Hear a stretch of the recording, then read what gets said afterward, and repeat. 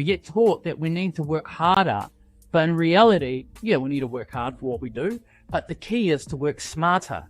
How you attain the money. That is how the rich become rich, because they've changed the way they think, and they actually realized they needed to work smarter, so they need to become smarter, as in gaining the wealth mentality and getting rid of the employee mentality, which is lack.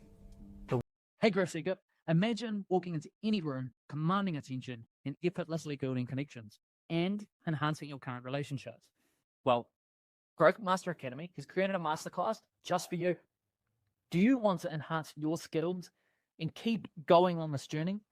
Well, go and visit growthmasteracademy.online and you'll see this masterclass that's created just for you, which won't take much of your time at all. It's just 10 minutes, just showing you some amazing content on how you can enhance your confidence and innovations factor. So go and hit that button, go and visit the website, and I will see you on there.